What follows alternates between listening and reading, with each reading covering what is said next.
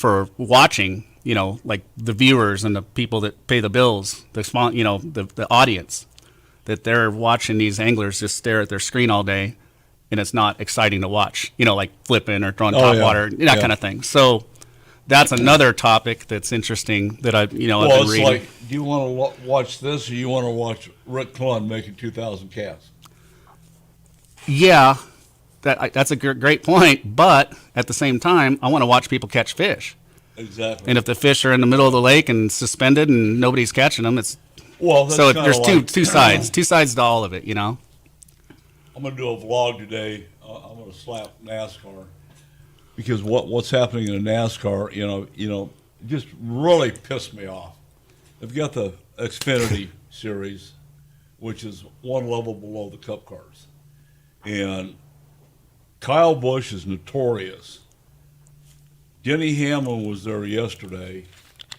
One of my favorite guys, Kyle Larson, was there. They're down there running with the lower level cars. You're a Cup driver. You don't belong down there, and they need to out. And they said, no, you can't do that. Stop it. So what Hamlin did yesterday, these guys are down there struggling to win a championship and get points and all this. He won the race. And he took, these guys are trying to build their skills, acquire skills, build a name for themselves, sponsorship, you know the whole deal. And they got these jackasses down there. And I was thinking about that today. Coming in, we used to bitch, gripe, and moan if you had to fish against John Murray. Yeah. Well, that's not fair. Well, got to pay your dues. They have the amateur tournaments now where I'm not allowed to fish. Gary sent all of us. But they're drawing over 100 boats a tournament, so it's working. And I guess that's just the new times. Well, right. On that same note, I used to have to play golf with a chip named Homer Mays that had a -4 handicap, and it wasn't a matter of he was going to beat you. It was a matter of how bad he was going to beat you. But, fishing against John Murray and playing golf against Homer made me a better fisherman and a better Bingo. My dad, I fished tournaments with my dad, in blind leading the blind. I had a shad wrap, a fat wrap, and a brown power worm, and we had no idea we were going to get our butts kicked when we went out there. We went out there thinking we had a shot. Oh, yeah. We didn't have a chance in hell. Yeah. But we had a blast. And find us on the web at accidentlawgroup.com. Back to Don McDowell Outdoors on Fox Sports 910 and always on our free iHeartRadio app. Here's the Bass Daddy and Tournament Pro, Don McDowell.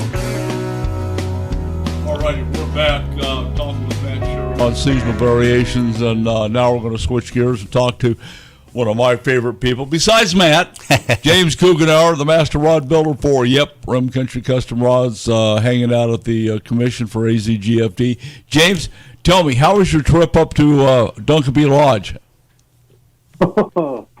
Matt, well, good morning, Don and Matt. Good morning. First of all, and Duncanby is just fantastic trip this year, Don. As we talked about, the Chinook or the king salmon were running late into Rivers Inlet, which is in British Columbia, central coast of British Columbia. And so when we got up there last week, they were running heavy. We caught more Chinook than we did coho or silver salmon. We caught and released a 35-pound tyee. Anything over 30 pounds up there is a tyee, and we released that because we thought about this. We were talking about it on the boat with the guide. That those fish, this was a hatchery fish, so it was released from the hatchery in Rivers Inlet, went down the inlet, went out into the ocean. They go clear up to Alaska. They circle all the way back around and get back into Rivers Inlet 5 years later, and then they go all the way back up to the head or the spawning grounds, which is where we were fishing this day when I caught that 35.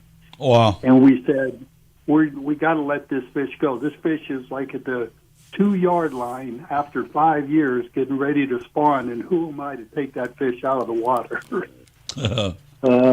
By the way, we also caught a 27, that same day, a 27-pounder Chinook, and we let that go.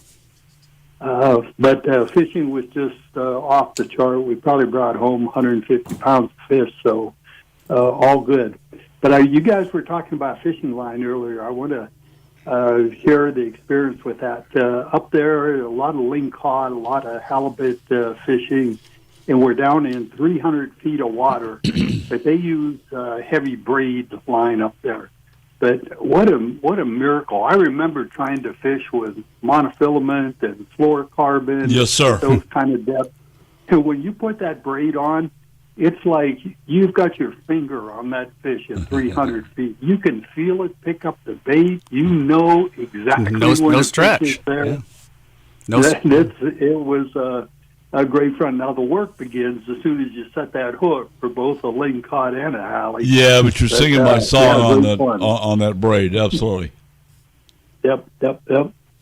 and that's exactly why when we're fishing deep with a drop shot and that kind of thing, a lot of we're using the braid to fluorocarbon leader. There's no stretch, so you can feel them swim by it in 40 foot of water. So exactly. Yeah. Were you throwing any dropper loops for your lingcod or the halibut? For the both lingcod and the halibut, we were fishing with spoons, more like help me out, Matt. You just said it earlier on the show. What do you use in the wintertime? The lead weight? The type of spoon, like a crippled herring or the big Crippled strata herring, spoon. yeah. Yeah, the crippled So herrings. they look like a big cripple herring, and they probably weigh 3/4, maybe an ounce, and down to the bottom, and just sit and jig on the bottom with those things. And when the lingcod picks that thing up and starts running with it, the first thing they do is go under the boat. So you got to start moving the boat around to keep them out in front of you. But it's a rodeo, I'll tell you. Well, I'd think you'd be throwing a lot heavier spoons than that, because we're throwing 3/4 and 1 ounce and even 1 1/4 ounce. I figured you guys would be up in the 3s and 4 ounce stuff. Sometimes. Yeah. Yeah, now that you say that, they might be, because they're about, I'll say, 5 inches long. They're like a pencil kind of bait. So they might be a little bit heavier than that. That's like the Salas or Iron Man. They'll be 3 to 5 ounce. Yeah. But great fun, great trip up there. Just can't say enough about Duncan B. Lodge. They closed yesterday, by the way. Yesterday was the last day of the season up there. So all the staff get to go home after 3 months of being up there. But great trip, and can't wait to go back up there. Outstanding. I heard Matt talking earlier about the fall fishing and how we still have the summer conditions, and he's right. We are just on the cusp of starting to feel the shorter days. The mornings are a little bit cooler, the moon phase, the monsoon rains, and so that description of fall fishing that he's talking about, where the shads start to bunch up and wolf packs of bass chasing them around, that is just weeks away now, and that's always a fun time to be on the water for sure. Yes. I know you've been gone and really busy, but what have you heard on Roosevelt from your people? Pretty much what Matt was telling you there. An early morning bite is for sure. There are shad that are shallow. There are some small schools of bass that are chasing those around. So if you're fishing from first light till about this time right now, maybe a little bit earlier than right now, but you can still find them shallow there. You look in Chubb Bay, Sally Mae Cove, Methodist Cove, those kinds of areas in the back. You might find some fish. When the sun gets up, as Matt was saying, you got to move out a little bit deeper. Look for main lake points. Look for some cover on those main lake points, and go to a drop shot. Go to some type of a small Texas rig or a small crankbait, maybe out there. But so morning bite is definitely the time to be on the water, though. Yep. Good. For sure. I know. I was going to tell you, Jim, too. I have a friend that went up in the salt looking around, and it was kind of neat to hear. And I'm assuming, and I would know that Roosevelt had a really good spawn this year, but he said there was a school of just hundreds of 10-inch bass chasing little shad around. Nice. And he could have caught them, as many as he wanted, but they were real small. But that's just good to know. There's that class size of fish that are abundant like that. So I thought that was good to hear. Yeah, absolutely. With all the snow and moisture we had last year that went into the lake and filled it up, and then some dirty water, you'll recall in the spring, Matt, that kind of prevented a lot of sight fishing from going on. So, Yes. yeah, the reports are definitely a good spawn. The other thing is right now, because of the monsoons, the flow into the lake on the salt end specifically is like at 125 cubic feet per second, and it's been at that level for a couple of weeks now, and the lake remains at 90% full. So that's a good amount of water that's coming into the lake still, so I wouldn't doubt that the salt right now would be a good place to go fish. Now, the Tonneau is not flowing, which is typical for this time of year, but the monsoon rains are, even though it's not a great monsoon season, but it's definitely helping the flow into the lake. It's been pretty stable at 90% for 3 or 4 weeks now. Awesome. Yeah, that's good to hear. And don't forget about all the fish stockings you guys did, and those fish are hopefully showing up too. So good things coming, I hope. Oh yeah, those are there. I keep I feel like a broken record. Don's tired of me talking about a new record coming out of Roosevelt Lake, but I'm telling you, that record bass is in Roosevelt Lake as we speak. I agree. Agree. Smallmouth too, by the way. Well, there are some guys that argue about Saguaro, but Saguaro, even Apache's putting out some giants, too. But yeah, Roosevelt for sure. Smallmouth, I can't believe nobody's got the record smallmouth yet either. So. Yeah, well, that Apache's coming back pretty fast, pretty strong. Mm-hmm. Yeah. It is. Yeah, it's going to be a good lake. Okay, James, what are you hearing about dove season? I'm hearing some damn good things. I talked to our good friend, Tyson Stewart down at the Pocananero on the A Tumbling T Ranch. They had some shooters down there opening morning, and the longest guy. It took him 11 minutes to get his limit, but most of them were around 8. Well, I could tell you that guy's a better shot than me because it takes me that long to miss 11. Yeah. I'm with you. Well, this was an interesting group. They were all retired military helicopter pilots. Yeah. You're right, Don. Over in Yuma, yesterday was the day when the season opened. The Game and Fish works with the Yuma Valley Rod and Gun Club, and they put on a big training exercise. Commissioner Marcia Petrie-Sue was over there helping instruct some young hunters on dove shooting. And but I talked with our small game specialist who was over there to help with that event. She said it was just off the chart. They got their limits in the morning, and she had called me about noon. They were already back home, and everything was good. So nice. It looks like good year for doves as well. She will be in studio, by the way, September 17th.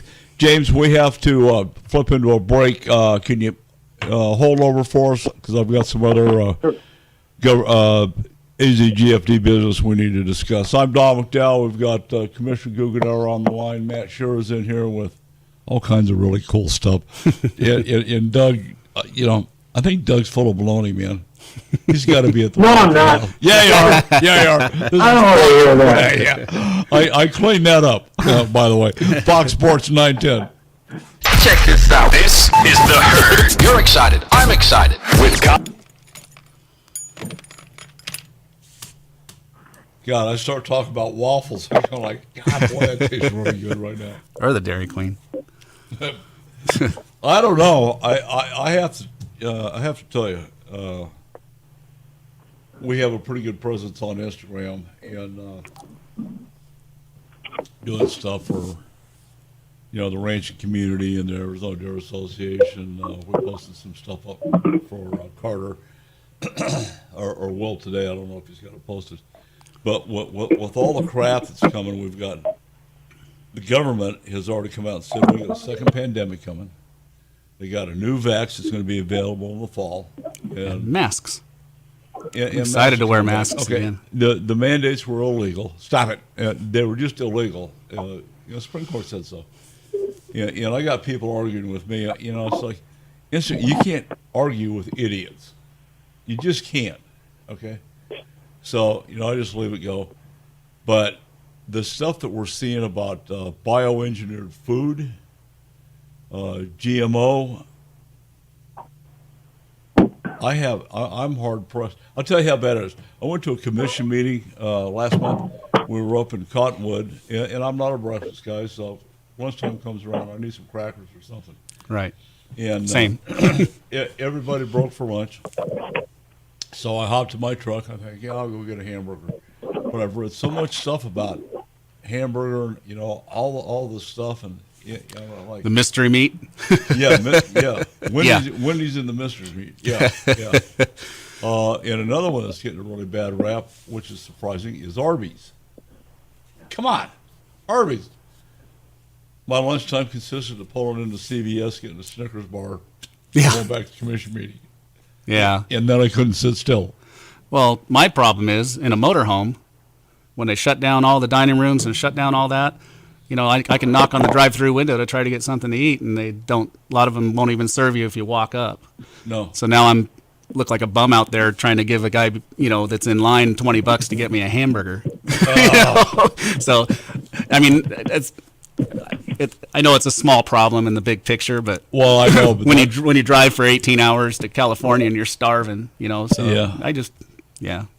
Anyway, that's why God invented Snickers bar. That's why I drive my motorhome now. Yeah. With a barbecue grill and hell yeah. God. Yeah, it's crazy times. Well, the government's already come out and said, there was another article that's very disturbing that the next pandemic will be spread by red meat. Oh, I'm in trouble.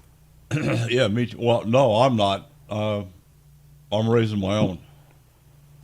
Smart. I got 4 cows, and I found a place with from David. David's a rancher out at Arlington, firefighter, by the way. Nice guy. It's a volunteer firefighter for Buckeye. Cool. And there was another one of him that is subsidizing his living by raising chickens. So I looked at one of the big bioengineered things is chicken breast. Okay. They're huge. Yeah, but I'm not, if it doesn't have bone in it, I'm not buying it. and even that's questionable with all the antibiotics. So anyway, this guy goes, right. Date Creek out in Wickenburg sells their chickens for $30 a piece. I think that's a little steep. This guy is $20. So what do you want to eat? Yeah. Outdoorsman news across the nation. Sign up today at huntingfishing.com. Now back to Don McDowell Outdoors on Fox Sports 910. This segment is brought to you by Mr. Crappie's Slab Daddy Supper Rigs. We all live for the thump. Boom, shakalaka. All right, we're back visiting with now. We had the master rod builder from Room Country Custom Rods on the Roosevelt Report. Now we have Commissioner Guggenauer. Commissioner, I want to mention the new poaching case up in the Chino Valley area. Are you up to speed on that? Yes, sir. Okay. The news release came out, and I appreciate the e-news keeping this in the face of those that take the email. The headless body of a pronghorn was found along Big Chino Road, northwest of the town of Paulden, and that's GMU 19B, which was closed for pronghorn hunting at the time. And the investigators are thinking that unlawful taking was between August 21 and 24. Can you add anything to that? Yeah, I can add my disgust to it. I hope these guys get caught. This was a big a big animal that a mature animal that several people knew about, and so poaching is stealing from the people of Arizona. The wildlife in the state of Arizona belong to the people of the state, and when somebody does something like this, it just it's antithetical to what hunters believe in and what the ethics of hunting are. And I can't say enough about how I can't wait to see these guys before the commission. Well, you guys did a stellar job, and like you, I'm not as polite as you are. I just get all pissed off at these guys. and you guys do a good job, but if these guys get caught by a hunter, they're going to lose some thumbs, and you guys can find them hanging in a tree upside down. But I want the opportunity to revoke their license. That's what I don't understand. Well, first of all, why somebody would do stuff like that. How can you hang an animal on your wall? Suppose you get away with this and you say, "Oh, I got this, this big old mature antelope. Look at this one. It was a great hunt, and let me tell you all the details of it." And then the truth is, you poached it and you have it hanging on your wall. What is wrong with people that would do that? Yeah, brain dead. We've got our newsletter this week. Doug discovered an article of a Oregon poacher that illegally took 3 elk and a number of deer, whatever the case was. But this guy was fined. I thought your revocation fines, $47,000, were really good. This guy got whacked for $75,000 fine, and over the next 3 elk seasons, he's in jail. He has to serve time in jail during elk season. I thought that was, I got to tell James about this. Come on. Yeah. Well, there are some. So first of all, the civil assessment, that is set in statute by the legislators in Arizona. Every couple of years we update it, and that's how we get the costs. Everybody wants the commissioners to reduce the civil penalty or the fine that comes along with it. And the rule states that we cannot do that. Who wants to reduce it? Somebody who's getting revoked. Well, too bad. They should have thought about that before they pulled the trigger. Yeah, as a matter of fact, Don, you recall the conversation I had with one of those people in Cottonwood who was getting revoked because that's what their request was, if we could reduce it. And so I took the time to explain to the gentleman that we can't reduce that. That's not within our rule or our purview to do. So, but yeah, all these revocation in some states, and we actually have some in Arizona for egregious type states. These are actually felonies where you can go to jail. Yeah. For it. It's really hard in Arizona. I don't think we've ever actually had one, but in some states they actually do have that. That Cottonwood case, that would have been, as far as I'm concerned personally, that was pretty egregious. They should have gone to jail, period, plus their fines. So that was a tough one, Don, and I appreciate you sitting there through that. I know that there's not many from the public who take the time to sit down and really listen to the facts and understand that. I appreciate you being there. Well, it was pretty informational. It's like going down to the border and catching bad guys and sitting down and talking to them and understanding the circumstances, why they're doing what they're doing. It doesn't make it legal, but it gives you a little bit different takeaway. I was going to say a better takeaway, but just a different way to look at life. So, right. I get it. With that particular culture, it's that's what they do. Yeah. Chris Cantrell, and you know this, you were involved in it. We were chasing these guys out at Lake Pleasant for 3 years before they got caught. Yeah. Yeah, and I was watching your expression from the dais, and I knew that you were feeling just like several of the commissioners were. It's just absolute frustrating anger. I mean, you go through all the emotions with some of these cases, and it's difficult. I just give kudos to the wildlife managers for the great work that they do in finding these bad guys and at least giving them off the street for a while. Yeah, absolutely. My hat's off to them. You hit it on the head. They just do a wonderful job with all the difficulties. And we have another one of those coming for your listening audience. Our next meeting is going to be next Friday up in Greer. Yep. And I was going to share two highlights with you. One is we're going to get an Article 2, which is part of the Title 17, which is the state statute for the Game and Fish Department. We're going to do an update on Article 2. It's related to licenses and different techniques for hunting. So the department is recommending some changes to the commission. We don't really take a vote at this meeting. It's just an informational update and agreement from the commission, so we can go out and do public comment. So the department can go out and seek public comment. But it'll be a good conversation related to some special licenses that we have out, veterans and disabled licenses and things like that. Yeah, and then the second thing, the second highlight is we're going to have a MOU signing, a memo of understanding that the commission is going to approve between the Mule Deer Foundation, the Arizona Deer Association, and the Game and Fish Department for a shared position. Yes, sir. These three organizations pay for an employee to work with the Game and Fish Department and focus on deer issues. Understand that Joel Peterson, who's the president of the Mule Deer Foundation, is going to be there. And two other guys, Jim Lawrence and some guy named McDowell or something like that, are supposed to be there representing the ADN. Yeah. So we're looking forward to that. Well, the good news is the gentleman you're talking about is doing such a fine job. He did a good job up there prior to joining the private sector, rejoining the department. Todd's absolutely priceless. So we got to wish you the best of the rest of the week, and you stay safe up there, and we'll do this again next week.